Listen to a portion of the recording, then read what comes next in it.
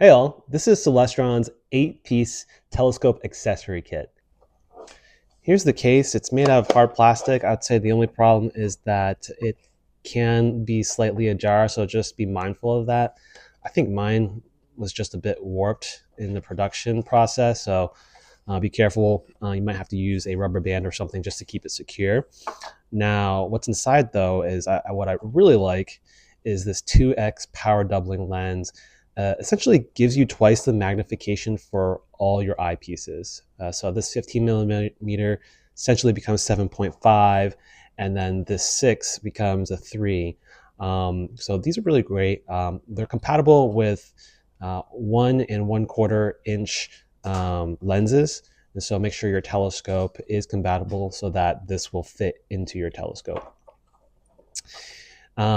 They also come with these 3 filters. I've already added the moon one here, so you can see that it does screw on and off fairly easily.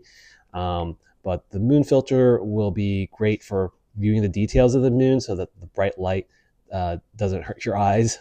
And then these other 2 filters here, this one would be great for viewing Mars's polar ice caps, for example, to block out that red light. This one might be great for Saturn.